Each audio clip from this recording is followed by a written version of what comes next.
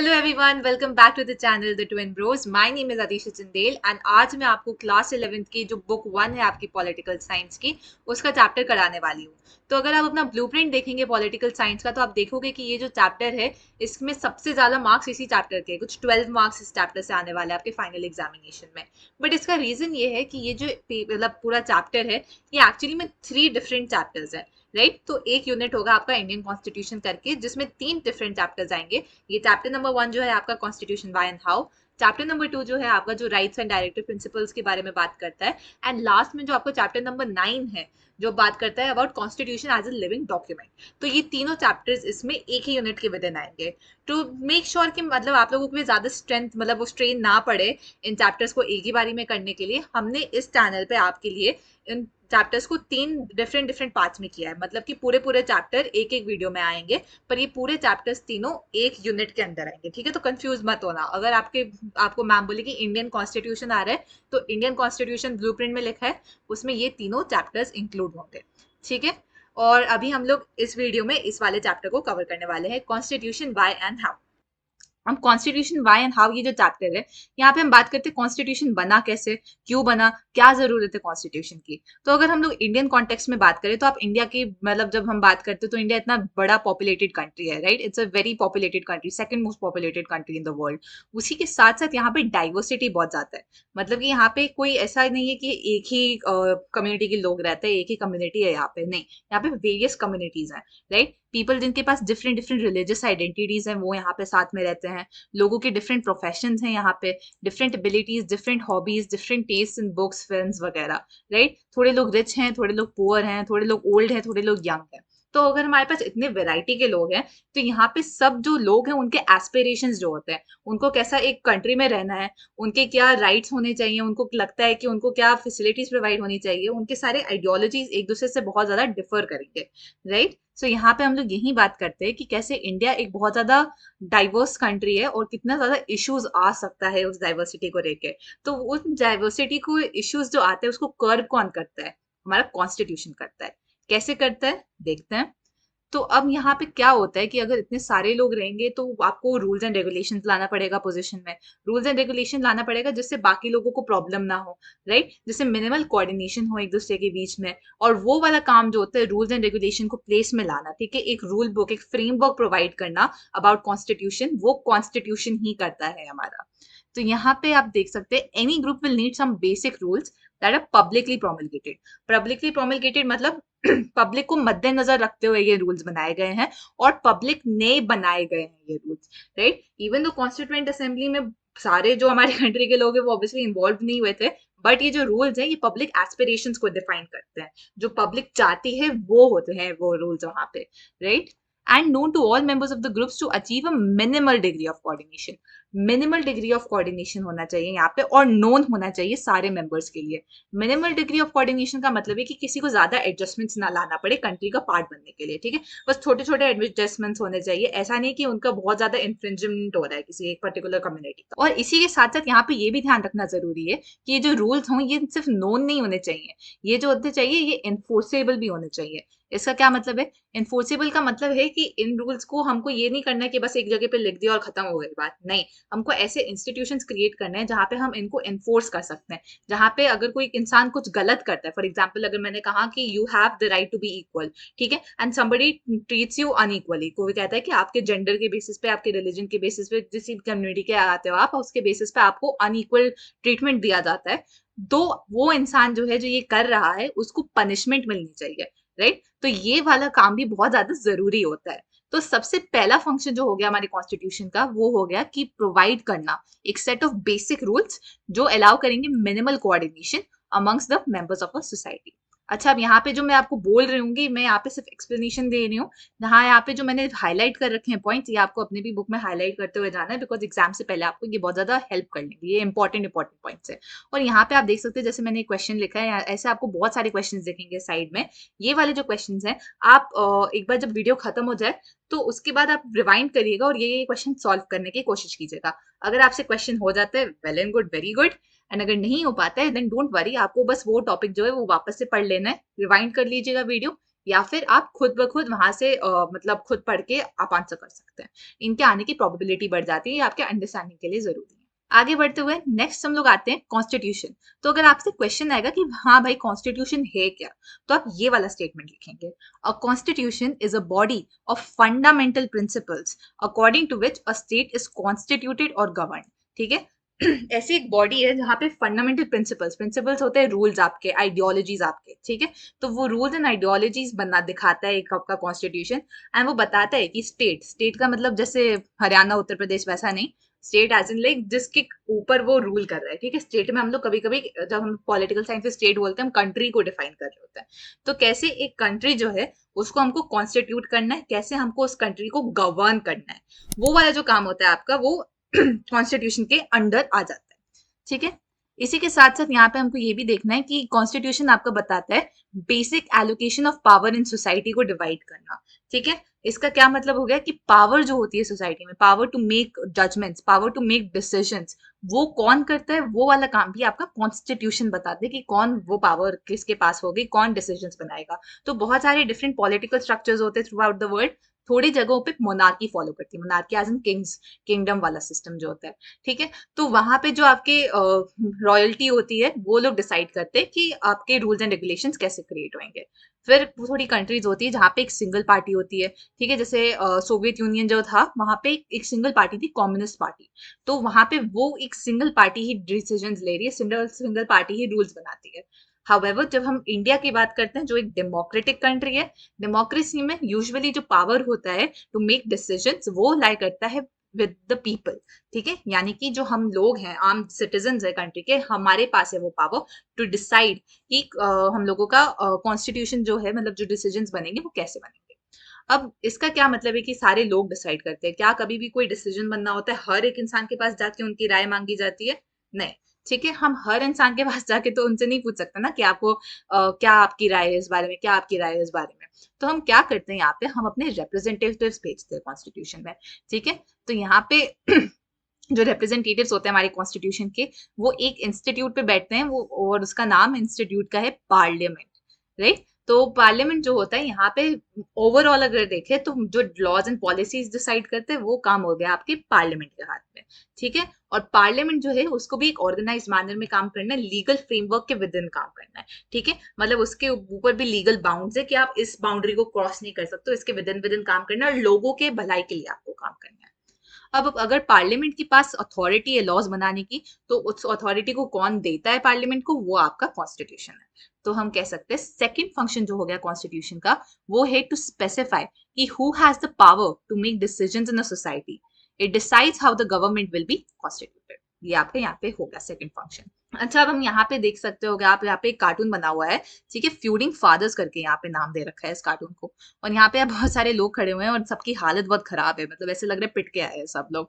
और इधर लिख रखा है यूरोपियन कॉन्स्टिट्यूशन। तो ये क्या दिखाना चाह रहा है, मैं बताती हूँ इसके बारे में है क्या। इसमें बेसिकली यूरोपियन यूनियन की बात हो रही है। यूरोपियन यूनियन अगर आप लोगों को पता ना हो, तो एक यूनियन है, यूनियन एज इन लाइक एक ग्रुप ऑफ पीपल है, पीपल नहीं, ग्रुप ऑफ कंट्रीज है। ठीक है। तो यूरोप आपको पता है कॉन्टिनेंट है, यूरोप के अंदर बहुत सारी कंट्रीज आती हैं। तो उनमें से थोड़ी थोड़ी कंट्रीज ने एक अपना एक खुद का यूनियन क्रिएट कर लिया, खुद का ग्रुप क्रिएट कर लिया, जहां पे वो डिसीजंस लेते हैं। राइट। तो यहाँ पे उनकी सिंगल करेंसी, सिंगल मार्केट वगैरह है यूरोप में पूरा, वो यूरोपियन यूनियन के वजह नहीं आता है। अब जो यूरोपियन यूनियन है, यहाँ पे बहुत सारी डिफरेंट कंट्रीज हैं। अब डिफरेंट कंट्रीज मतलब बहुत सारी डिफरेंट आइडियोलॉजीज। राइट। तो इन लोगों को, इनके पास ऑलरेडी पहले से पार्लियामेंट था, इन्होंने डिसाइड किया चलो हम लोग अपना एक कॉन्स्टिट्यूशन बनाते हैं, यूरोपियन यूनियन वाला कॉन्स्टिट्यूशन। बट वो सक्सीड नहीं कर पाए इस काम में। ठीक है। वो कॉन्स्टिट्यूशन बना नहीं पाए, क्यों? बिकॉज सबकी डिफरेंट आइडियोलॉजीज थी, सब एक दूसरे से बहुत ज्यादा भिड़ रहे थे, और सबको अपना सोवेरेनिटी अपने पास रखना। सोवेरेनिटी मतलब खुद का डिसीजन मेकिंग पावर। ठीक है। वो नहीं चाहते थे कि यूरोपियन यूनियन की वजह से उनके डिसीजन मेकिंग जो कंट्री के विद इन होता है उसमें कोई दबाव आए या फिर कोई प्रॉब्लम आए। राइट। तो ये एसेंशियली यही दिखा रहा है कि कैसे डिफरेंट आइडियोलॉजीज आपको आगे कॉन्स्टिट्यूशन मेकिंग में कितना प्रोसेस में को बहुत ज्यादा डिफिकल्ट बना देती हैं। तो और यहाँ पे यूरोपियन यूनियन का एग्जाम्पल दे रहे हैं। नेक्स्ट हम बात करेंगे limitations to the power of government. ठीक है। तो मैंने आपको बताया कि आपका जो पार्लियामेंट होता है वो डिसाइड करता है कि कौन कौन से डिसीजंस बनने, कौन कौन सी लॉज एंड पॉलिसीज को हमको इम्प्लीमेंट करना है। हाउएवर अगर यही जो पार्लियामेंट है, अगर मैंने आपको बोला कि दिस पर्टिकुलर पार्लियामेंट, ये क्या इसका मतलब है कि वो सारे डिसीजंस बना सकते हैं, मतलब जो उनके मन में आए वो कर सकते हैं? नहीं, वो सब कुछ नहीं कर सकते, राइट? कोई ना कोई तो मतलब पर्टिकुलर वो होगा, पावर होगा जो उनको लिमिट कर रहा होगा, कोई ना कोई तो कुछ और चीज होगी जो उनके पावर को लिमिट कर रही होगी, और वही चीज है, और वो होती है सबसे common way of limiting the power of the parliament is the fundamental rights. ठीक है, फंडामेंटल राइट्स में क्या होता है? फंडामेंटल राइट्स में आपको जब प्रोवाइड करे जाते हैं तो आपका बेसिक सेट ऑफ राइट्स होते हैं, जैसे हमारे फंडामेंटल राइट्स आपने पढ़ रखा होगा, फ्रीडम, इक्वालिटी, नेक्स्ट चैप्टर में भी बात करेंगे इनके बारे में। तो ये जो बेसिक राइट्स हैं आपके, आप अगर इनको आपसे इनसे प्रोटेक्टेड हो जाते हो एज अ सिटीजन, ठीक है, मतलब कोई और इंसान और कोई गवर्नमेंट भी आपके उन फंडामेंटल राइट्स को हटा नहीं सकती है, आपके उनसे आपसे छीन नहीं सकती है, और अगर वो करने की कोशिश करे तो आपको जुडिशरी प्रोटेक्ट करती है। तो उसी रीजन से one of the most common ways of limiting the power of the government, कि वो उनके जो मन में आए वो करें, वो नहीं कर सकते क्योंकि हमारे पास फंडामेंटल राइट्स है। तो थर्ड फंक्शन हो गया आपके कॉन्स्टिट्यूशन का, is to set some limits on what a government can impose on its citizens. Now, these limits are fundamental in the sense that government may never trespass them. इसका ये मतलब है कि government कभी उनको ट्रेसपास नहीं कर सकती, गवर्नमेंट को अपने फंडामेंटल राइट्स को मद्देनजर रखते ही उनको डिसीजंस लेना है, ऐसा कुछ नहीं कर सकती है कि उनके फंडामेंटल राइट्स मतलब हमारे इन्फ्रिंज हो जाए। अब फंडामेंटल राइट्स जो है, मैंने आपको पहले ही बता दिया, freedom, equality, right against exploitation, आपके रिलीजियस प्रैक्टिसेस को मतलब एग्जीक्यूट करना, वो सब यूजुअली आ जाता है, और ऑलमोस्ट हर कंट्री के पास थोड़े क्लस्टर ऑफ फंडामेंटल राइट्स होते हैं अगर उनके पास कॉन्स्टिट्यूशन ऑलरेडी है। अब क्या है, इसका ये मतलब है कि फंडामेंटल राइट्स एब्सोल्यूट है? क्या इसका ये मतलब है कि गवर्नमेंट कभी भी ऐसा कुछ नहीं कर सकती है, कोई भी सिनेरियो आ जाए कि मतलब आपके फंडामेंटल राइट्स आपसे छीन लिए जा सकते हैं? नहीं, ऐसा नहीं है, क्योंकि जब कभी नेशनल इमरजेंसी का टाइम हो, इमरजेंसी हमारे कंट्री में एक बार लागू हुई थी, अगर आप 1975 में बहुत लार्ज स्केल में, ठीक है, तो कभी ऐसा इमरजेंसी का टाइम हो हमारे कंट्री में, तो इसमें क्या होता है कि आपके फंडामेंटल राइट्स आपसे छीन लिए जाते हैं, आपके फंडामेंटल राइट्स कर्ब हो जाते हैं, एंड गवर्नमेंट उस टाइम पे इन्फ्लुएंस कर पाती है। तो हम इससे कह सकते हैं कि फंडामेंटल राइट्स एब्सोल्यूट नहीं है, ऐसा नहीं है कि फंडामेंटल राइट्स हमेशा मतलब आपको आपके पास रहेंगे, कभी कभी सिनेरियोज आ जाते हैं नेशनल सिक्योरिटी वगैरह के बारे में जहाँ पे ये इससे छीन लिया जा सकता है। नेक्स्ट हम आते हैं aspirations and goals of a society.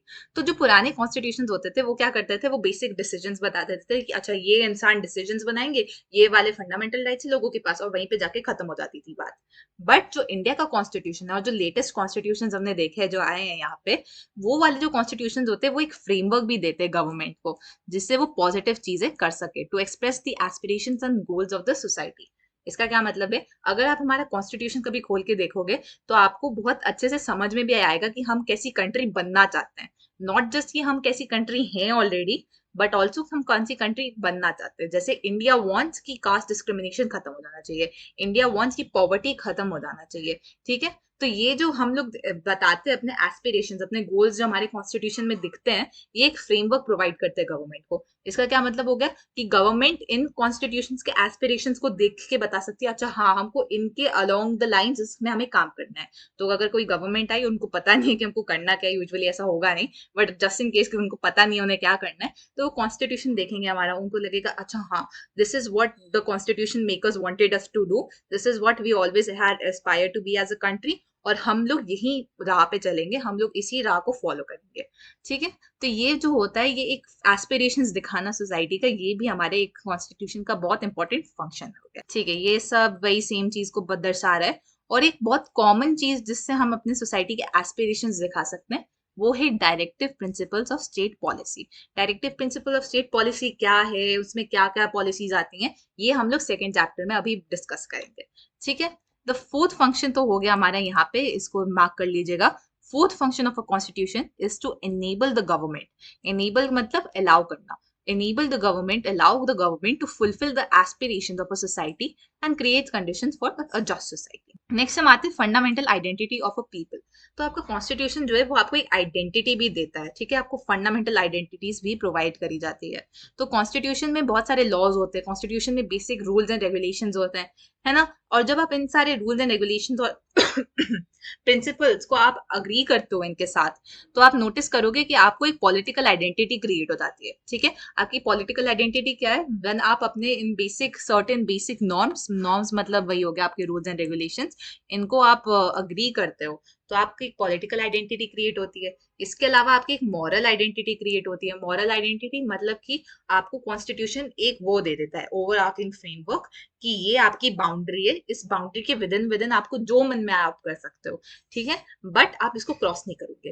तो इसका क्या मतलब होगा कि अगर आपको फॉर एग्जाम्पल मतलब आप जो भी आपको करना है लाइफ में आप वो करिए, बट ऐसा कुछ मत करो जिससे बाकी लोगों को हार्म पहुंचे, ठीक है, ऐसा कुछ मत करो कि बाकी लोगों को मतलब जो उनके फंडामेंटल राइट्स है उसको इन्फ्रिंज कर रहे हो आप। तो ये सारी काम जो होते हैं इसको मॉडल आइडेंटिटी आ जाती है, सॉरी मॉरल आइडेंटिटी आ जाती है, ठीक है। तो एक पॉलिटिकल आइडेंटिटी हो गई आपकी, अब हमारी एक हो गई यहाँ पे मॉरल आइडेंटिटी।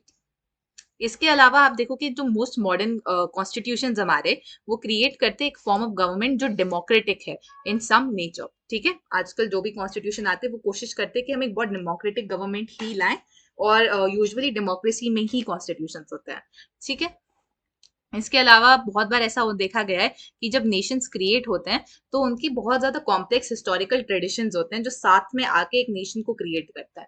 और इंडिया के साथ भी यही था कि बहुत ज्यादा कॉम्प्लेक्स हिस्टोरिकल ट्रेडिशंस थे और उसके बाद एक हमारा कंट्री आई है। बट डिफरेंस क्या है यहाँ पे, जर्मनी जैसे तो उन्होंने कहा हमारी एक जर्मन आइडेंटिटी है, और उसके बेसिस पे उन्होंने कहा कि हम जर्मन के लोग हैं, हमारे जर्मन के लोग के इन कम्युनिटी के बिलोंग करते हैं, ये उनके फेशियल फीचर्स है वगैरह, एंड हम लोग जर्मनी बनाते हैं। हाउएवर इंडिया जो है यहाँ पे इतनी ज्यादा डाइवर्सिटी है, इतने ज्यादा डिफरेंट डिफरेंट टाइप के लोग हैं यहाँ पे कि हमारे लिए ये करना मतलब वो जरूरी नहीं समझा उस टाइम पे कॉन्स्टिट्यूशन मेकर्स ने। तो हम लोगों ने वो वाला राह नहीं लिया, हमने बस कहा कि ये जो जोग्राफिकल एरिया है, ठीक है, इसके विदिन विदिन जो भी लोग आ रहे हैं वो सारे लोग हमारे इंडिया के सिटीजन बन जाएंगे, सिंपल एज दैट, ठीक है। Different nations embody different conceptions of what the relationship should be between the different regions of a nation and the central government. This relationship constitutes a national identity of the country. तो national identity क्या हो गई आपकी country की? national identity वो है आपकी country की जो बताता है आपका relationship with the central government, ठीक है। इसके साथ मैंने ऊपर शायद से कार्टून स्किप कर दिया था एक, हाँ ये समझा देती हूँ। तो ये वाला जो कार्टून आप देखोगे यहाँ पे आप देख सकते हो कि नेहरू जी इधर बने हुए हैं, है ना, और नेहरू जी यहाँ पे दो ग्रुप ऑफ पीपल के बीच में ऑर्केस्ट्रेट कर रहे हैं, दोनों ग्रुप का सुन रहे हैं कि अच्छा वो बोल क्या रहे हैं। यहाँ पे एक ग्रुप ऑफ पीपल ये गा रहे हैं जन गण मन जो हमारा नेशनल एंथम है, और यहाँ पे एक ग्रुप ऑफ पीपल गा रहे हैं वंदे मातरम जो हम लोगों का हो गया नेशनल सॉन्ग, राइट। तो यहाँ पे बेसिकली हुआ क्या था, यहाँ पे डिबेट चल रही थी कि कौन सा जनगण मन को नेशनल एंथम बनाना चाहिए, वंदे मातरम को बनाना चाहिए, क्या करना चाहिए हमको। तो यहाँ पे नेहरू जी जो है वो दोनों ग्रुप ऑफ पीपल की बातों को सुन रहे हैं, एंड देन फाइनली हम सब जानते हैं क्या डिसीजन आया था, एक को नेशनल एंथम बना दिया और एक को नेशनल सॉन्ग बना दिया, ठीक है। इससे दोनों को ही इक्वल रिस्पेक्ट मिली, दोनों को ही इक्वल, मतलब ऐसा नहीं है कि एक कम्युनिटी के लोगों को हम लोगों ने दबा दिया कि नहीं तुम्हारा तो हम कुछ नहीं मानेंगे, नहीं, हमने दोनों का ही पॉइंट समझा और दोनों को ही इक्वल रिस्पेक्टफुल पोजिशन पे डाल दिया। तो इससे आपको सीखने को क्या मिलता है कि यहाँ पे जो आपके पार्लियामेंट में लोग बैठते हैं, यहाँ पे जो आपकी गवर्नमेंट्स आती हैं, उनका ये भी काम होता है, कॉन्स्टिट्यूशन मेकर्स का काम होता है कि वो हर तरफ की बातें सुने और हर तरफ की बातें सुन के ही एक डिसीजन बनाए। नेक्स्ट कार्टून जो यहाँ पे था, ये जो कार्टून आप देख सकते हैं, यहाँ पे आप पढ़ोगे, यहाँ पे लिख रखा है बगदाद, है ना, यहाँ पे बगदाद लिख रखा है, और यहाँ पे एक इंसान बोल रहा है now that we've agreed to join hands we expect a constitution very soon. और इधर पीछे यहाँ पे लोग लड़ रहे हैं एक दूसरे से कह के कि मेरे पास पेन है मैं कॉन्स्टिट्यूशन लिखूंगा, मेरे पास पेपर है मैं कॉन्स्टिट्यूशन लिखूंगा, मेरे पास इंक है मैं कॉन्स्टिट्यूशन लिखूंगा। तो हुआ क्या यहाँ पे डिफरेंट ग्रुप ऑफ पीपल हैं, शियाइट्स हैं, सुन्नीस हैं, कर्ड्स हैं। तो यहाँ पे इराक में सद्दाम हुसैन करके एक लीडर थे, उनका जब रजीम गिर गया था तो बहुत सारे लोगों को खुद का कॉन्स्टिट्यूशन बनाना पड़ गया था। अब इराक में भी डिफरेंट डिफरेंट कम्युनिटी के लोग हैं, ठीक है, और वो कम्युनिटीज एक दूसरे से लड़ रही थी कि कौन कॉन्स्टिट्यूशन में ज्यादा जिसका हाथ आएगा, कौन सा कॉन्स्टिट्यूशन में ज्यादा पावरफुल कौन सी कम्युनिटी बनेगी। तो आप देख सकते हैं यहाँ पे बहुत ज्यादा इशू यहाँ पे भी आ रहा है अगेन विद मतलब कॉन्स्टिट्यूशन मेकिंग वाला प्रोसीजर। नेक्स्ट हम लोग आते हैं कॉन्स्टिट्यूशन के बारे में और इन डेप्थ डिस्कस करेंगे, फिर से बात करेंगे कि कॉन्स्टिट्यूशन है क्या, कॉन्स्टिट्यूशन कितना इफेक्टिव है, और कॉन्स्टिट्यूशन क्या जस्ट है, क्या सही है ये, ठीक है। कॉन्स्टिट्यूशन को मैं आपको पहले ही एक डेफिनेशन दे दी थी अबाउट फंडामेंटल प्रिंसिपल्स। इसके अलावा आप एक और डेफिनेशन यहाँ पे लिख सकते हो कि कॉन्स्टिट्यूशन जो है इज अ कॉम्पैक्ट डॉक्यूमेंट, ठीक है, that comprises a number of articles about the state, again state मतलब कंट्री यहाँ पे, specifying how the state is to be constituted and what norms it should follow. इसका मतलब है कि एक वो डॉक्यूमेंट है जहाँ पे स्पेसिफाइड है रूल्स एंड रेगुलेशन और नॉर्म्स जो कंट्री को फॉलो करने हैं और गवर्नमेंट को फॉलो करने in order to make that country run effectively. ठीक है। तो यहाँ पे हम लोग देखेंगे कि मैंने यहाँ पे बोला कॉम्पैक्ट डॉक्यूमेंट, तो इसका क्या मतलब ये है कि सिर्फ एक डॉक्यूमेंट है कॉन्स्टिट्यूशन। ऐसा जरूरी नहीं है कि हर कंट्री में ये फॉलो हो। जैसे यूनाइटेड किंगडम है, वहां पे एक सिंगल डॉक्यूमेंट नहीं है उनके पास सीरीज ऑफ डॉक्यूमेंट्स है, सीरीज ऑफ डिसीजंस है जो उन्होंने ले रखे हैं, जिनको वो एक रेफर करते हैं साथ में कॉन्स्टिट्यूशन करके। ठीक है। इंडिया में हमारे पास एक प्रॉपर डॉक्यूमेंट है। तो ऐसे डिफरेंट डिफरेंट भी आइडियोलॉजीज मतलब हैं बाहर, तो हम कह सकते हैं कॉन्स्टिट्यूशन सिर्फ एक डॉक्यूमेंट नहीं है, सेट ऑफ डॉक्यूमेंट्स भी हो सकता है। सो अ डॉक्यूमेंट और अ सेट ऑफ डॉक्यूमेंट्स। अब हम बात करेंगे मोड ऑफ प्रोमलगेशन के बारे में। अब मोड ऑफ प्रोमलगेशन क्या होता है? मोड ऑफ प्रोमलगेशन होता है कि ये जो कॉन्स्टिट्यूशन है वो बनने में कैसे आया, राइट? तो यहाँ पे अगर आप देखोगे बहुत ज्यादा जो कॉन्स्टिट्यूशन होते हैं जो सबसे ज्यादा हाईली इफेक्टिव होते हैं, वो वैसे कॉन्स्टिट्यूशन होते हैं जो बनते हैं नेशनल स्ट्रगल्स के बाद। नेशनल स्ट्रगल्स मतलब उससे पहले कोई ना कोई पर्टिकुलर ग्रुप ऑफ पीपल था, एक पर्टिकुलर कंट्री थी जो दूसरे कंट्री पे दबाव डाल रही थी, एंड दूसरे कंट्री ने उस कंट्री को हटा दिया वहां से, अब वो कॉन्स्टिट्यूशन बना रहा है। तो इसका एग्जाम्पल क्या हो गया? इंडिया, हम लोगों को आपको पता है ब्रिटिश राज से लड़ा। साउथ अफ्रीका में अपार्थाइड सिस्टम से लड़ रहे थे वो। यूएसए भी ब्रिटिश के अंडर ही आ रहा था, ग्रेट ब्रिटेन के अंडर, वो कॉलोनियल रूल में था। तो यहाँ पे हम देखेंगे कि ये जो कॉन्स्टिट्यूशन होते हैं ये बहुत ज्यादा इन डेप्थ वो थॉरो एनालिसिस पे बनते हैं। ठीक है, ऑलरेडी बहुत ज्यादा सोचा होता है इन कॉन्स्टिट्यूशन के बारे में इनके बनने से पहले। अब इंडिया का कॉन्स्टिट्यूशन जो था, सबसे पहले कॉन्स्टिट्यूएंट असेंबली जब हमारी बैठी थी, वो बैठी थी 9 दिसंबर 1946 में। तो December of 1946 was the first meeting of constituent assembly. अब इधर देखो, ये पार्टीशन से पहले, ठीक है, पार्टीशन डिसाइड होने से पहले बैठी थी यहाँ पे। और इनका खत्म हुआ काम नवंबर ऑफ 1949 में जाके। कॉन्स्टिट्यूशन आया तो जनवरी 1950 में हम लोगों का इम्प्लीमेंट हुआ था, इफेक्टिवली उसको इम्प्लीमेंट किया गया था, बट बन गया था वो नवंबर के महीने में। अब यहाँ पे अब मैंने आपको बताया कि कॉन्स्टिट्यूशन जो है, वहां पे आपको क्या लगता है कि जब कॉन्स्टिट्यूशन बन रहा था तो कुछ सारे जो इंडिया के सिटीजन्स थे उस टाइम पे, वो सब आए होंगे यहाँ पे कॉन्स्टिट्यूशन को बनाने, सब ने एक दूसरे से डिस्कशन किया होगा, यूनिवर्सल एडल्ट फ्रेंचाइज होगा या तो यहाँ पे? ऐसा नहीं था। ठीक है, यूनिवर्सल एडल्ट फ्रेंचाइज भी नहीं था, और लोगों ने सबके पास जा जाके भी नहीं पूछा था कि आपको कौन से टाइप का कॉन्स्टिट्यूशन चाहिए। तो हुआ क्या था यहाँ पे थोड़े जो लोग सिलेक्ट हुए गए थे, मैं आपको पूरा प्रोसेस भी अभी आगे समझाऊंगी, कैसे प्रोविजनल लेजिस्लेटिव असेंबली से इलेक्शन हुए, वहां से लोग सिलेक्ट हुए, कितने लोग सिलेक्ट हुए। पर यहाँ पे बेसिक आपको इधर समझना जरूरी है कि जो सिलेक्ट हुए थे लोग कॉन्स्टिट्यूएंट असेंबली में, ये लोग इमेंस पब्लिक क्रेडिबिलिटी होल्ड करते थे। इसका मतलब है कि पब्लिक इनको बहुत ज्यादा पसंद करती थी, और पब्लिक चाहती थी कि ये इनके लिए रिप्रेजेंट करे, कि ये लोग जो है वो रिप्रेजेंट करे पब्लिक को। ठीक है, एंड ये कन्विंस कर पा रहे थे पीपल को कि कॉन्स्टिट्यूशन जो है वो एक ऐसा इंस्ट्रूमेंट नहीं है जहां से जो वो सिर्फ कॉन्स्टिट्यूएंट असेंबली में जो बैठे वो अपने आप को ज्यादा पावरफुल बना ले। नहीं, कॉन्स्टिट्यूएंट असेंबली में जितने लोग बैठे थे वो इसलिए बैठे थे जिससे पूरी कंट्री पावरफुल हो, सारे सिटीजन्स को पावर मिल जाए एक। अब इंडियन कॉन्स्टिट्यूशन है, उसको कभी कैसा रेफरेंडम को सब्जेक्ट नहीं किया गया, बट तब भी उसको बहुत ज्यादा पब्लिक अथॉरिटी वो कैरी करता था, बिकॉज जो लोग थे यहाँ पे कॉन्स्टिट्यूएंट असेंबली में, ये पब्लिक अथॉरिटी कैरी करते थे। लोग चाहते थे इंडिया के सिटीजन्स की कॉन्स्टिट्यूएंट असेंबली में जो बैठे हुए हैं मेंबर्स, वो इंडिया को रिप्रेजेंट करें। ठीक है, नेक्स्ट यहाँ पे इससे पहले हम नेपाल की कहानी सुन लेते हैं। अब नेपाल जो है यहाँ पे 1948 से लेके नेपाल में 5 नए कॉन्स्टिट्यूशन आए थे, 5 बार कॉन्स्टिट्यूशन बनाए गए थे नेपाल में। ठीक है, और ये इसलिए हो रहा था क्योंकि कभी कॉन्स्टिट्यूशन लोगों ने नहीं बनाया था, ये कॉन्स्टिट्यूशन जो किंग है वहां का, वो लोगों को दे रहा था। तो नेपाल की बेसिक समझा देती हूँ, ये एक हिंदू मोनार्की कंट्री हुआ करती थी पहले। यहाँ पे किंग होता था और उसके पास सारा सुप्रीम पावर था। ठीक है, 1990 में क्या हुआ, किंग ने डिसाइड किया कि पॉपुलर प्रेशर बहुत ज्यादा था, डेमोक्रेसी का शुरू हो गया था प्रेशर आना, तो किंग ने कहा ठीक है मल्टी पार्टी सिस्टम ले आते हैं। बट फाइनल जो डिसीजन मेकिंग पावर है वो किंग के पास थी। मतलब कि इलेक्शन वगैरह सब जैसे इंडिया में चलता है वैसे ही चल रहा था, but final decision making power जो है वो किंग के पास है। तो यहाँ पे ये इसलिए हो रहा था बिकॉज जो किंग है वो नहीं चाहता था अपनी रद्दी को छोड़ना। ठीक है, वो नहीं चाहता था कि वो उसको वो उससे छीनी जाए उसकी पोजीशन। तो यहाँ पे उसने बेसिकली क्या किया, मतलब बहुत ज्यादा लोगों को पसंद नहीं आया, उनको लगा कि यार तुमने हमको मल्टी पार्टी सिस्टम दे दो दी पर ये डेमोक्रेसी नहीं है। तो ऐसे ही और ज्यादा एजिटेशन कंटिन्यू होते गए, डेमोक्रेसी जो जिन लोगों को चाहिए थी वो उनने हार नहीं मानी। फिर फाइनली अक्टूबर 2002 में उन्होंने सारी पावर्स फाइनली छीन ली किंग ने। किंग ने बोला कि तुम लोग मान नहीं रहे हो, मैं सारी की सारी पावर्स ले लेता हूँ। 1990 में जितनी जितनी पावर्स दी थी उसने सारी लोगों से वापस से छीन ली।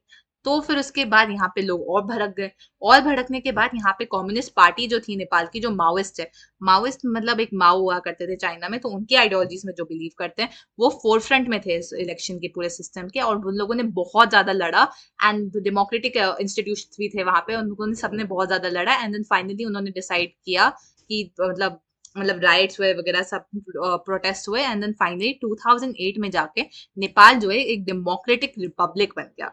नेपाल जब डेमोक्रेटिक रिपब्लिक बना 2008 में आके, और अभी 2015 में उन्होंने फाइनली एक नया कॉन्स्टिट्यूशन को अडॉप्ट किया है। नेक्स्ट हम यहाँ पे देखेंगे substantive provisions of a constitution. ठीक है, अब यहाँ पे पढ़ो क्या लिखा है। It is the hallmark of a successful constitution that it gives everyone in a society some reason to go along with its provisions. इसका क्या मतलब है कि कॉन्स्टिट्यूशन तभी सक्सेसफुल माना जाएगा, तभी बहुत ज्यादा सक्सेसफुल मतलब हम लोग सोच सकते हैं उसको बोलने होने के लिए, जब लोग जो हैं सोसाइटी में वो सब अग्री करें कि हाँ ठीक है, हम इस कॉन्स्टिट्यूशन के साथ जा सकते हैं। और ये कब होगा, जब हर कम्युनिटी के लोगों को लगेगा कि उनकी कम्युनिटी जो है उनको डिसरिस्पेक्ट नहीं किया जा रहा है, उनकी कम्युनिटी को इक्वल राइट्स प्रोवाइड करे जा रहे हैं।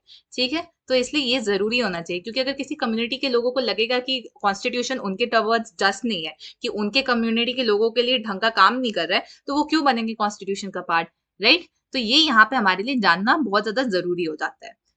नेक्स्ट हम आएंगे बैलेंस्ड इंस्टीट्यूशनल डिजाइन के बारे में। अब बैलेंस्ड इंस्टीट्यूशनल डिजाइन, तो ऐसा बहुत बार होता है कि कॉन्स्टिट्यूशन जो होते हैं वो सबवर्ट हो जाते हैं। अब सबवर्ट का क्या मतलब हुआ, सबवर्ट मतलब उनको उठा के कॉन्स्टिट्यूशन को फेंक दिया जाता है, कैंसिल कर देते हैं उसको। ठीक है, और ये यूजुअली कौन करते हैं, एक छोटा पावरफुल ग्रुप ऑफ पीपल, जैसे मिलिट्री। अगर आप पाकिस्तान का सिनेरियो देखोगे, आप देखोगे पाकिस्तान में बहुत बार मिलिट्री की गवर्नमेंट आती है, डेमोक्रेसी आती है, मिलिट्री आती है, फिर डेमोक्रेसी आती है, ऐसा होता रहता है। ठीक है, तो ये क्यों हो रहा है, ये इसलिए हो रहा है क्योंकि उनकी कॉन्स्टिट्यूशन में एक बैलेंस ऑफ पावर नहीं प्रोवाइड किया गया है। एक बैलेंस ऑफ पावर को उन लोगों ने इंस्टीट्यूशन को प्लेसमेंट नहीं डाला गया है। बट इंडिया की बात करें तो हमारे पास बहुत ज्यादा अच्छे से बैलेंस्ड आउट है। हमारा जो सारे सिस्टम्स हमने क्रिएट कर रखा है हमारे कंट्री के प्रोटेक्शन के लिए, ऐसा कोई भी सिस्टम नहीं है जो एक से ज्यादा पावरफुल हो। ठीक है, तो यहाँ पे एक सबसे कॉमन एग्जाम्पल आपका होगा, हॉरिजॉन्टली हम देख सकते हैं लेजिस्लेचर, एग्जीक्यूटिव, जुडिशरी। आपने पहले भी पढ़ रखा होगा पहले क्लासेस में कि लेजिस्लेचर, एग्जीक्यूटिव और जुडिशरी जो है, ये जो तीनों बॉडीज हैं हमारी, along with other independent bodies like election commission वगैरह, ये जो चारों की चारों बॉडीज होती हैं, बाकी सारी बॉडीज होती हैं, ये इक्वली एक दूसरे से इक्वल है, एंड ये इंश्योर करती है चेक्स एंड बैलेंस वाला सिस्टम। मतलब कि ना ही इनमें से कोई ज्यादा पावरफुल है और ना ही इनमें से कोई ज्यादा कमजोर है, और ये सब एक दूसरे को देखते रहते हैं कि हाँ कभी ऐसा ना हो कि मतलब लेजिस्लेचर ज्यादा पावर ले रहा है, कभी एग्जीक्यूटिव ज्यादा पावर ले रहा है, जुडिशरी ज्यादा कर रहा है, तो वो चेक्स एंड बैलेंस वाला सिस्टम बना के यहाँ पे सब बैठे हुए हैं।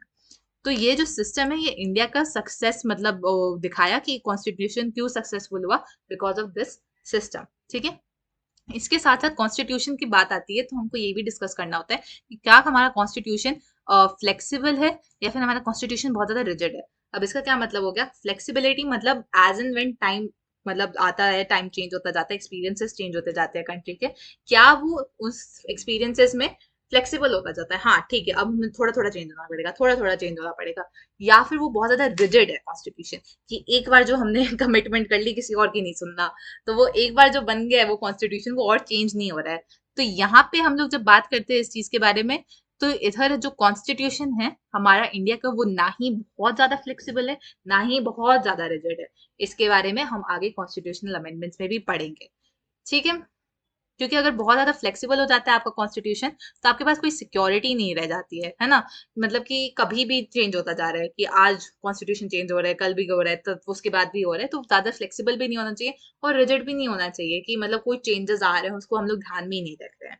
एक बैलेंस होना चाहिए यहाँ पे, जिससे हमारा जो कॉन्स्टिट्यूशन है वो इन चेंजेस को बेयर कर पाए, और उसके साथ हम लोग उसको वो कॉन्स्टिट्यूशन अच्छे से एग्जीक्यूट कर पाए डिसीजन मेकिंग में। अब यहाँ पे एक नया कार्टून है, इसको देखते हैं। इधर हमें देखेगा कि ये इराकी कॉन्स्टिट्यूशन के बारे में कार्टून। ठीक है, इराकी कॉन्स्टिट्यूशन, तो इसको ऐसे कार्ड्स के ऊपर उन्होंने कॉन्स्टिट्यूशन लिख रखा है। तो इससे क्या दिखता है, आप ऑब्वियसली अगर मतलब कार्ड्स बहुत ज्यादा फ्रेजाइल होते हैं ना, वीक होता है, अगर मैं हल्का सा ऐसे ब्लो करूँ, हल्का सा प्रेशर पड़ेगा तो ये पूरा गिर जाएगा आके। ठीक है, तो यहाँ पे यही दिखाया है कि इराक का कॉन्स्टिट्यूशन जो है उसके फाउंडेशन जो है, ठीक है, वो कॉन्स्टिट्यूशन जब बना था उसका बेसिक फाउंडेशन इतना वीक है कि वो कॉन्स्टिट्यूशन भी कभी ना कभी आगे जाके गिर जाएगा, खत्म हो जाएगा। आगे हम बात करते हैं कॉन्स्टिट्यूशन मेकिंग प्रोसीजर के बारे में। अब कॉन्स्टिट्यूशन प्रोसीजर मेकिंग के बारे में हम लोग बात करें तो इंडिया का जो कॉन्स्टिट्यूशन है वो किस कम्युनिटी ने बनाया, किस ग्रुप ऑफ पीपल ने बनाया? कॉन्स्टिट्यूएंट असेंबली ने बनाया हमारे, ठीक है। और कॉन्स्टिट्यूएंट असेंबली जो था वो इलेक्टेड मेंबर्स था। यहाँ पे क्या इलेक्टेड मेंबर्स का ये मतलब है कि यूनिवर्सल एडल्ट फ्रेंचाइज फॉलो हुआ था?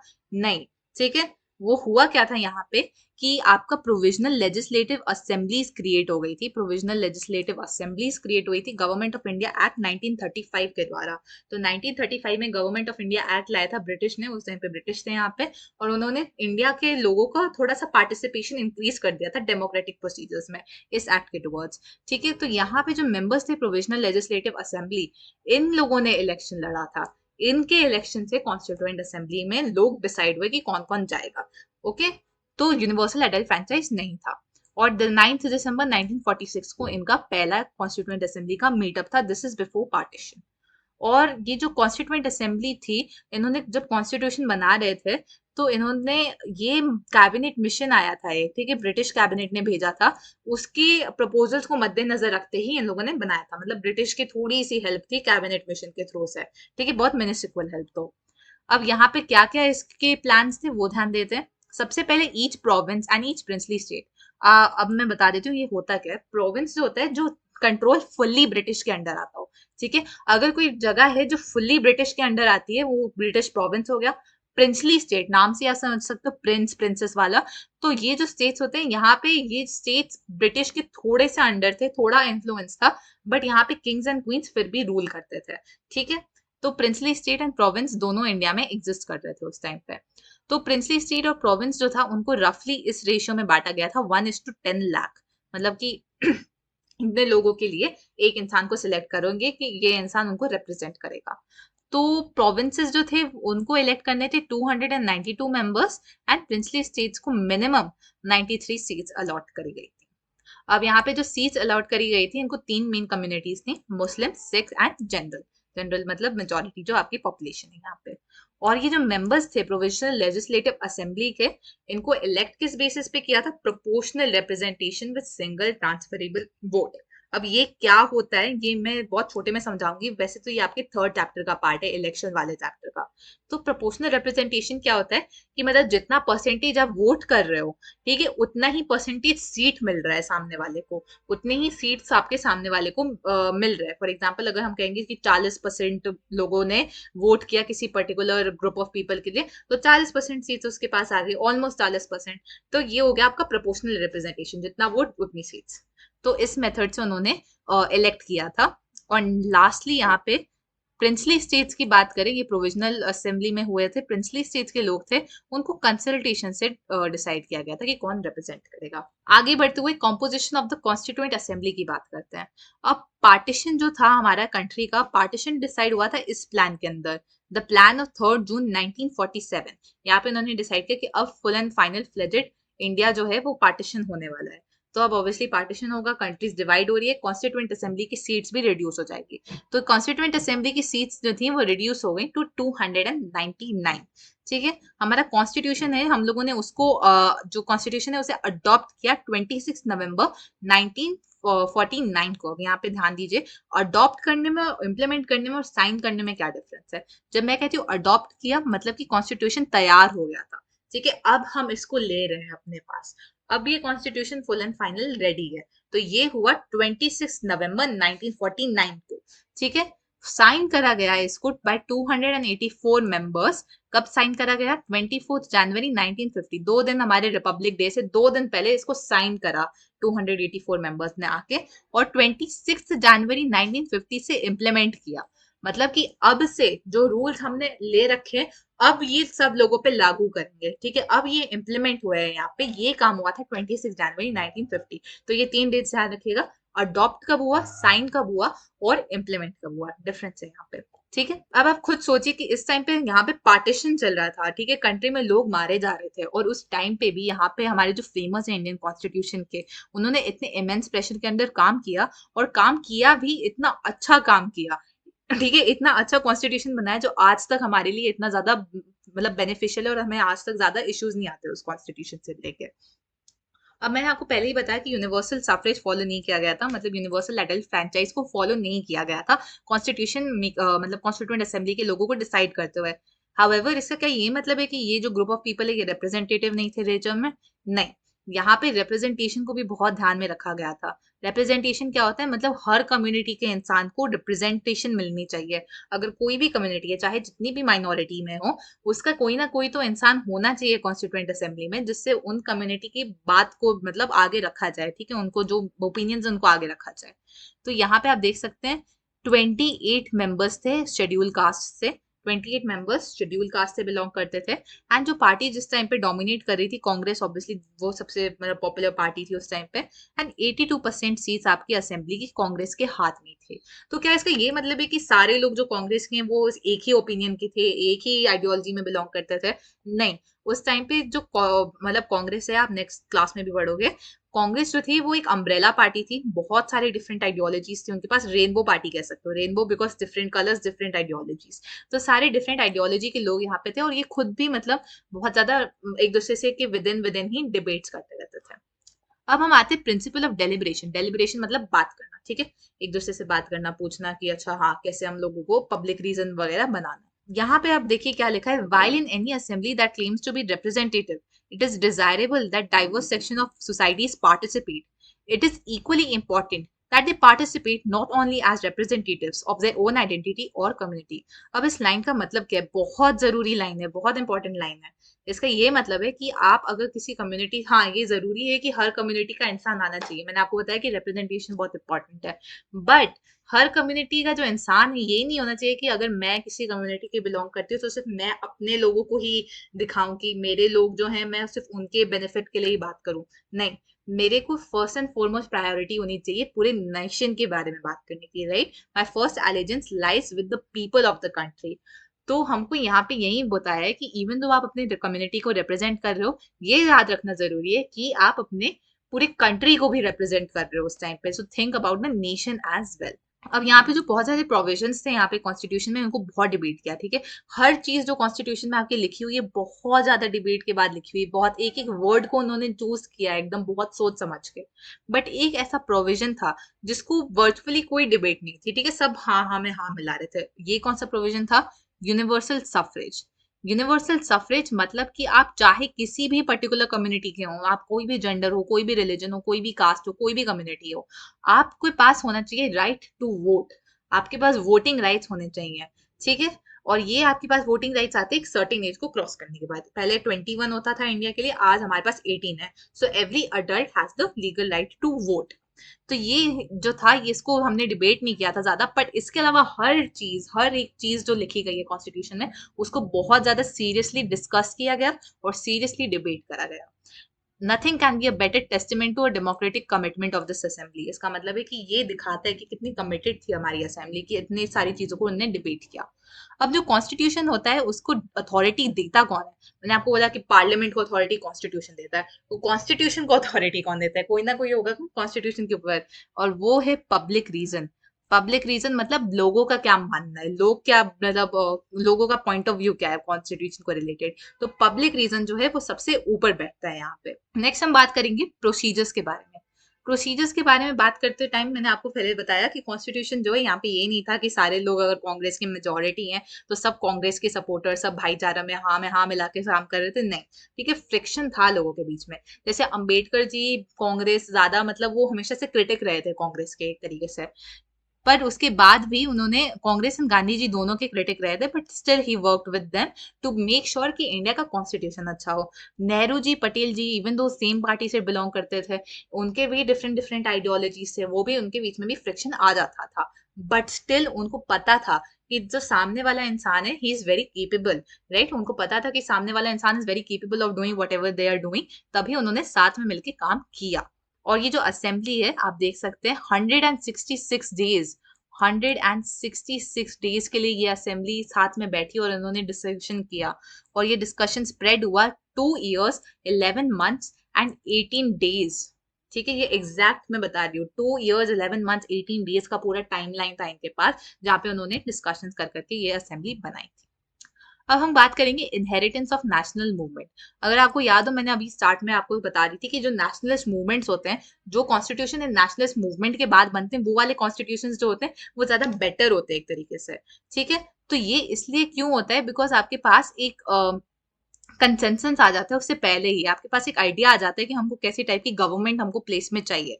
ठीक है, for decades preceding the promulgation of the constitution the nationalist movement had debated many questions. यही एग्जैक्ट मैं आपको कह रही हूँ कि हमको पहले ही आइडिया हो जाता है, हम कॉन्स्टिट्यूशन बनाने से पहले ही इतना डिस्कशन कर लेते हैं इन सब चीजों के बारे में कि हमारे को ज्यादा टाइम नहीं लगता है। हमारे पास ऑलरेडी बहुत ज्यादा स्ट्रॉन्ग ओपिनियंस होते हैं, बहुत ज्यादा स्ट्रॉन्ग वैल्यूज होती है, कंसेंसस होता है about what do we actually want, right. और हमारा जो कॉन्स्टिट्यूशन है, इसकी बेस्ट समरी अगर हम बात करें, ठीक है, समरी मतलब छोटे में जो समझा दें हमको, वो है objective resolutions. Objective resolution Nehru ji ने पास किया था 1946 13 ऑफ दिसंबर। ठीक है, यहाँ पे उन्होंने पास किया था नेहरू जी ने, और इसके अंदर अंदर उन्होंने बेसिकली सब बताया कि कॉन्स्टिट्यूशन में लिबर्टी है, इक्वालिटी है, डेमोक्रेसी है, सोवेरेनिटी है। ये सारी आइडियाज जो हैं वो कॉन्स्टिट्यूशन के अंदर अंदर आपको मिलेंगे ही मिलेंगे। तो ऑब्जेक्टिव रेजोल्यूशन क्या हो गया, that is sort of like a summary हमारे कॉन्स्टिट्यूशन के बारे में। और ये, हाँ, ये देखिए ऑब्जेक्टिव रेजोल्यूशन, ये पढ़ना जरूरी है। यहाँ पे पहले लिखा है कि India is an independent sovereign Republic. ठीक है, India shall be a union of erstwhile British Indian territories, मतलब जो पहले की टेरिटरीज थी और जो भी जिनको इंडिया का पार्ट होना है वो सब यहाँ पे आ जाएंगे। Okay, territories forming the union shall be autonomous units and exercise all powers and functions of government, all power and authority. And यहाँ पे आप देख सकते हो लॉ के टुवर्ड्स आप इक्वल हो गए, फंडामेंटल फ्रीडम दी जाएगी, स्पीच, एक्सप्रेशन, बिलीफ की। आपका जो रिलीजन फॉलो करना है वो फॉलो कीजिए, फेथ जो है आपका, वर्शिप जो है आपका, है ना, पब्लिक मोरालिटी एंड लॉ के विद इन आपको काम करना होगा। माइनॉरिटीज एंड बैकवर्ड क्लासेस है, उनको एडिक्वेट सेफगार्ड्स प्रोवाइड करे जाएंगे जिससे उनको इन्फ्रिंज ना करे उनके राइट्स को कोई। टेरिटोरियल इंटीग्रिटी को माना जाएगा, shall be maintain through law and justice. And हमको ये भी देखना है कि हमको प्रमोशन चाहिए और वर्ल्ड पीस। देखो कितनी अच्छी बात बोली कि ये नहीं कि सिर्फ इंडिया के विद इन का काम करेंगे, हम वर्ल्ड पीस के लिए भी काम करेंगे एज अ कंट्री। अब हम बात करते हैं इंस्टीट्यूशनल अरेंजमेंट का। इंस्टीट्यूशनल अरेंजमेंट में यही बात है कि डेमोक्रेटिक कंट्रीज जो होनी चाहिए वो बेसिकली आपको हर मतलब जो मतलब स्टेट्स जो हैं आपको हर उनको ध्यान में रखते हुए ही आपको वेलफेयर का काम करना होगा। तो यहाँ पे हम लोगों ने फेडरल अरेंजमेंट लाया and distribution of government power लाया। मतलब कि हमारे पास जो बैलेंस्ड, मैंने आपको पहले ही बताया कि बहुत अच्छे से बैलेंस्ड है हम लोगों का कॉन्स्टिट्यूशन, लेजिस्लेचर, एग्जीक्यूटिव, जुडिशरी। उसके अलावा जो हमारा स्टेट्स भी हैं उसमें भी डिवीजन आप देखो कि हमारे पास प्राइम मिनिस्टर है, हमारे पास चीफ मिनिस्टर्स भी होते हैं, है ना, मतलब कि प्राइम मिनिस्टर पूरे कंट्री को देखते हुए, और एक छोटे छोटे स्टेट्स में भी पावरफुल लीडर्स होते हैं। ठीक है, ये इसलिए सो दैट हमारा सिस्टम कोलैप्स ना कर जाए, हमारे पास बहुत सारे लोग जो रिव्यू कर रहे हो वो डिसीजन मेकिंग को, तो फेडरलिज्म भी बहुत ज्यादा एक तरीके से इंपॉर्टेंट हो जाता है। तो जो फ्रेमर्स ऑफ कॉन्स्टिट्यूशन थे, उन्होंने ये एक और चीज जो थी, इंडिया का कॉन्स्टिट्यूशन बहुत लेटेस्ट कॉन्स्टिट्यूशन है। ठीक है, अगर हम देखें India is a very new country, even though कितना टाइम हो गया हमको, बट तब भी हम लोगों का कॉन्स्टिट्यूशन जो है वो रिलेटिवली न्यू है, बिकॉज उससे पहले भी कंट्रीज बहुत सारी एग्जिस्ट कर रही थी। तो हम लोगों ने क्या किया था, हमारे कॉन्स्टिट्यूशन बनने से पहले ही बहुत सारे कॉन्स्टिट्यूशन थे, तो वहां से इंस्पिरेशन ले सकते थे। ठीक है, हमने कॉपी पेस्ट नहीं मारा कहीं से, हमने इंस्पिरेशन लिया, और वहां से हम लोगों ने कौन कौन से कॉन्स्टिट्यूशन से क्या क्या सीखा, इससे आपको बहुत सारे क्वेश्चन आ सकते हैं और वही डिस्कस करते हैं। Let's get started off with the British constitution. British constitution से हमने first pass the post system लिया। ये क्या होता है, ये बेसिकली इलेक्शन का सिस्टम है। ठीक है, कि इलेक्शन में कौन से कितने प्रोपोर्शन से लोगों को सीट्स मिलने चाहिए वगैरह। तो ये इलेक्शन सिस्टम है, इसके बारे में हम इलेक्शन वाले चैप्टर में बात करेंगे। फिर हमने पार्लियामेंट्री फॉर्म ऑफ गवर्नमेंट के बारे में हम लोगों ने डिस्कशंस किया। पार्लियामेंट्री फॉर्म ऑफ गवर्नमेंट क्या होती है, वो गवर्नमेंट है जो आपकी मतलब जैसे पार्लियामेंट वाला सिस्टम हम लोगों ने क्रिएट कर रखा है हमारे कंट्री में, प्रेसिडेंशियल नहीं है, राइट, हमारे पास पीएम हमारे सबसे ऊपर आता है, प्रेसिडेंट तो नहीं। तो वो वाला सिस्टम इधर आ गया। रूल ऑफ लॉ के बारे में बात की है कि लॉ सबके ऊपर होना चाहिए। इंस्टीट्यूशन ऑफ स्पीकर, स्पीकर हमारे लोकसभा राज्यसभा में बैठते हैं। लॉ मेकिंग प्रोसीजर्स जो होने चाहिए वो हमने ब्रिटिश कॉन्स्टिट्यूशन से लिया, तो हमने बहुत सारी चीजें ली। आयरिश कॉन्स्टिट्यूशन से हम लोगों ने directive principles of state policy adopt किया। ठीक है, directive principle of state policy जो होता है, जो प्रोवाइड करता है कॉन्स्टिट्यूशन का एक फ्रेमवर्क, है ना, गवर्नमेंट को, जिससे वो पॉजिटिव चीजों को परस्यू कर सके। फ्रेंच कॉन्स्टिट्यूशन से हमने लिबर्टी, इक्वालिटी एंड फ्रेटर्निटी का लिया। लिबर्टी, एगालिटी, फ्रेटर्निटी जो फ्रेंच कॉन्स्टिट्यूशन का बेसिक है ना, वो वाला कॉन्सेप्ट हमने फ्रेंच कॉन्स्टिट्यूशन से उठाया। यूएसए जो है आपका, यहाँ पे हमने फंडामेंटल राइट्स का चार्टर से लिया। फंडामेंटल राइट्स, उनके पास बिल ऑफ राइट्स करके एक होता है, वहां से हमने वो वाला सिस्टम दिया फंडामेंटल राइट्स वाला। Also power of judicial review and independence of judiciary, तो जुडिशरी एक इंडिपेंडेंट बॉडी होनी चाहिए, वो वाला सिस्टम भी हमने यूएसए से अडॉप्ट किया है। कनाडा का कॉन्स्टिट्यूशन ऑलरेडी बन रखा था, यहाँ से क्या क्या अडॉप्ट किया हमने, एक quasi federal form of government. Quasi federal form of government क्या होता है, यहाँ पे जहाँ पे federal system with strong central government, मतलब फेडरलिज्म भी है और जो गवर्नमेंट है जो सबसे ऊपर है, ठीक है, फेडरल माने सेंट्रल, ठीक है, सेंट्रल गवर्नमेंट बहुत स्ट्रॉन्ग है। Also the idea of residual powers, तो ये सारी चीजें जो है आपको ये याद करके रखनी है, आपको क्वेश्चन आ सकते हैं। Hello everyone, my name is Guru Tehenguriya, co-founder of the Twin Bros YouTube channel and he is my twin brother Dev. Just because of a constant love and support, जो हमारा ड्रीम था कि हम आपको best quality का education provide कर पाएं, अब वो धीरे धीरे पूरा हो रहा है। आप हमें हमारी इस जर्नी में सपोर्ट करने के लिए ज्वाइन बटन पर क्लिक करके चैनल का मेंबर बन सकते हैं, सुपर थैंक्स का यूज़ कर सकते हैं या फिर यूपीआई के थ्रू भी कंट्रीब्यूट कर सकते हैं। और हाँ, हमें बाकी प्लेटफॉर्म में भी जरूर ज्वाइन करिए और हमेशा याद रखिए कि आप सब बनेंगे topper. Thank you so much for watching everyone. I hope you like this video. Please do subscribe to the channel. And अगर नीचे कोई भी आपको डाउट्स होंगे तो नीचे उसको जरूर कमेंट कर दीजिएगा and we will answer that question. Thank you so much.